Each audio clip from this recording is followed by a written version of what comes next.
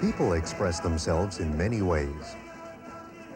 As we've seen, the visual arts are another way of expressing and sharing feelings.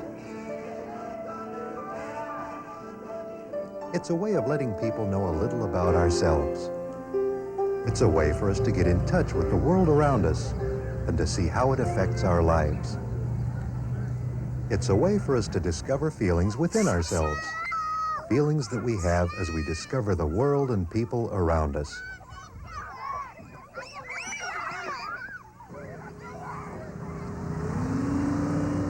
Each day, exciting new things are occurring which bring ideas to stimulate our thinking. Artists are constantly looking at the world in new ways. They realize that even everyday objects and events can be transformed into art.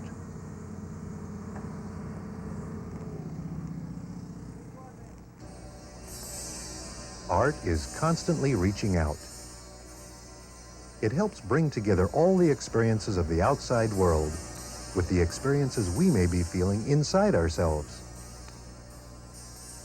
Art helps us to discover and share those ideas and feelings. In art, ideas, situations, and feelings are organized to make them personal statements. You've been examining basic art elements and are beginning to see the principles underlying all art. With this knowledge, you're ready to grow in your artistic expression. You can paint, you can draw, you can sculpt. But I don't have any ideas. How do you get an idea for your artwork?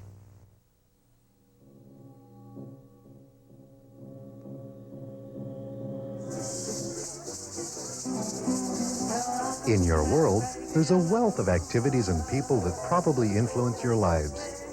Take a minute. Think about the people who are important to you. Who are they? Who are your family members? What about your relatives? Do you have a favorite auntie or a special grandparent? What about your friends at school? Do you play with a special group of friends? Do you enjoy doing certain things, like climbing or swinging? The things you enjoy doing the most, and the people you do them with, can be a source of ideas and themes for your artwork. How about the people you meet during the day?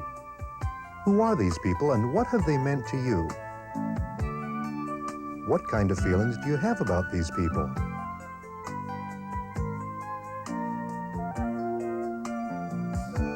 Throughout history, artists have expressed their feelings about people who have been important in their lives.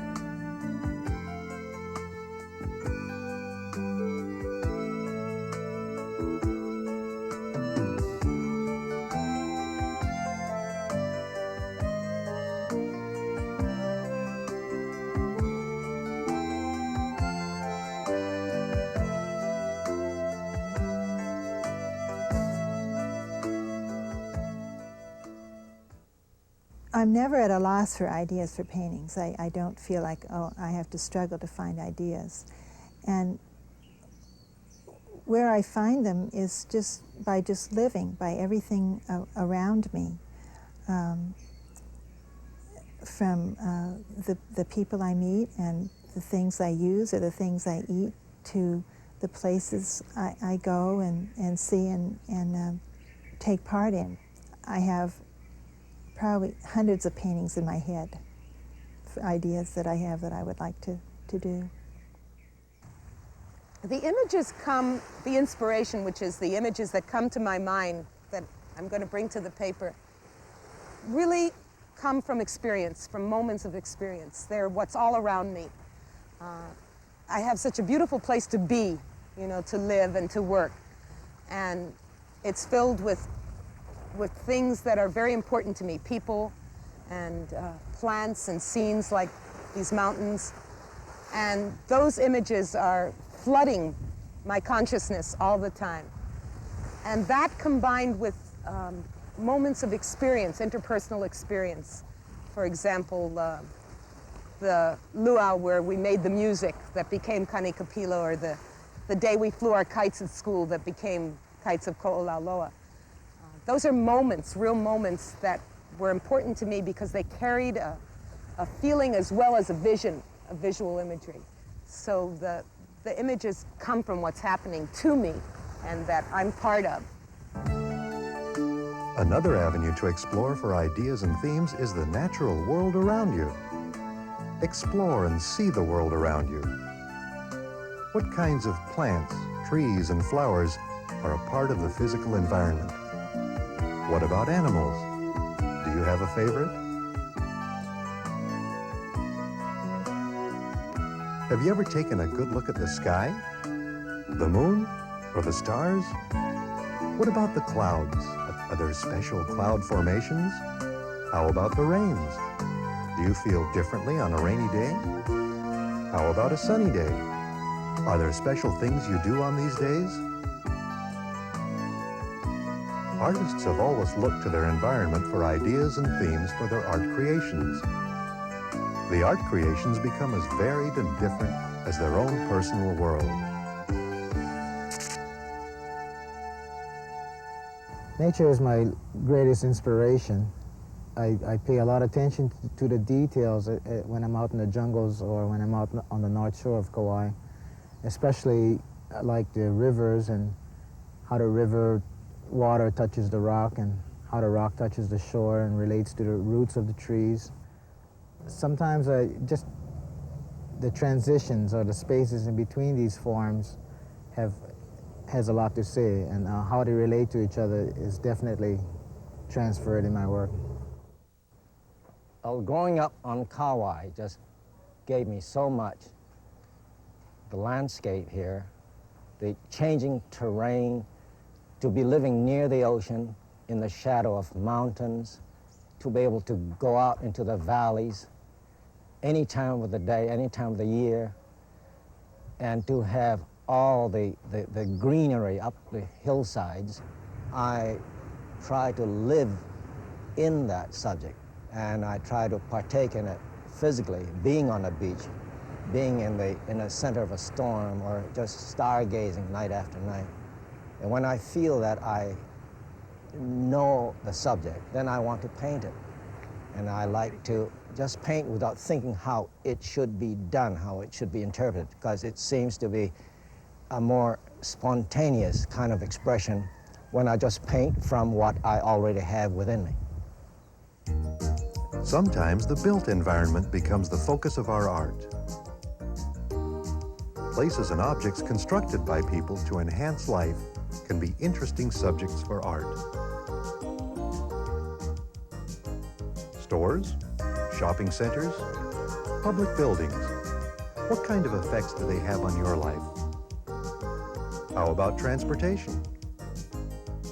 Cars, trucks, buses, airplanes can take you to special places to do wonderful things. Artists use these elements from the built environment.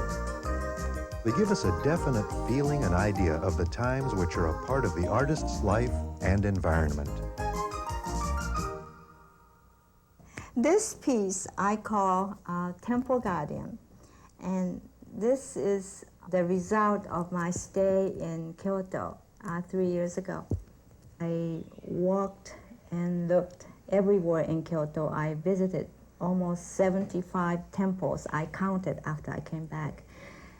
And so when I came back from Kyoto, I wanted to do something to express my experience in Kyoto.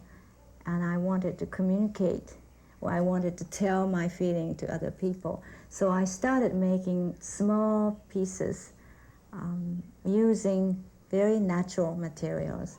And I stopped using colors. I wanted to see shapes and forms without colors. You know, I travel a lot, so I always keep my eyes open if I see anything interesting. And I fell in love with Japanese village temples and shrines.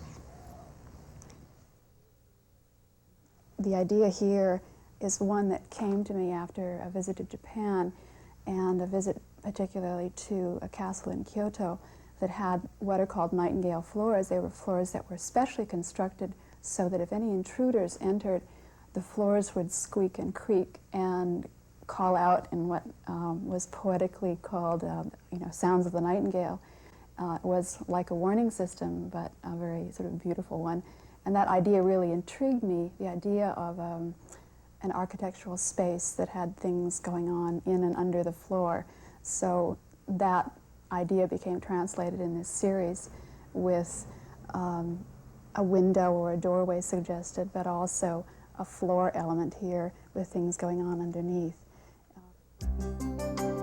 The imaginary world deals with the most personal moments that you may be experiencing. These can be special moments that you dream about, the special adventures that you experience in books, stories, or poems.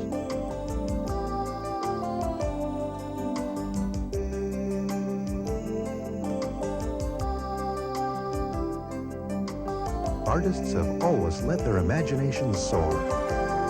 Art reflects what is and what can be.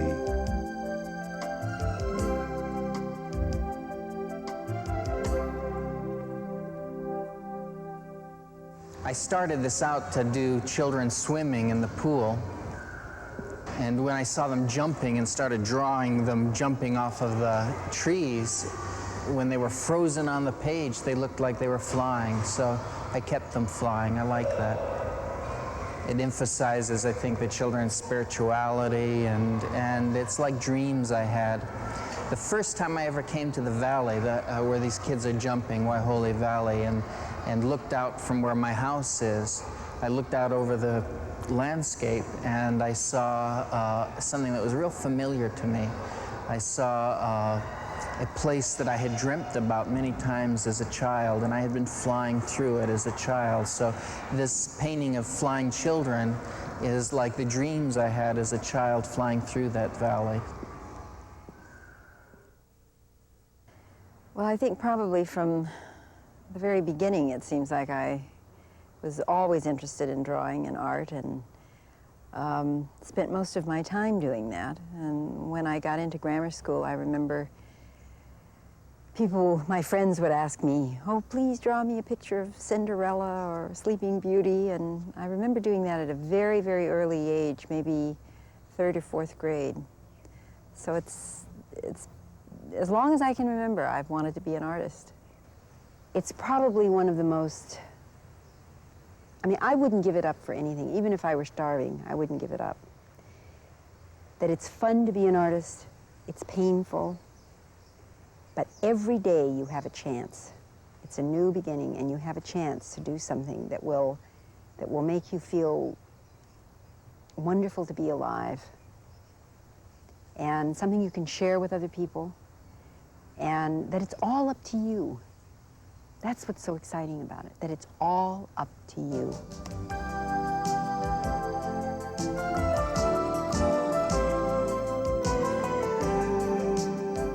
Art is a way of seeing and feeling. Art can provide the tools to transform that seeing and feeling into form. Now it's your turn to develop ideas for your artwork.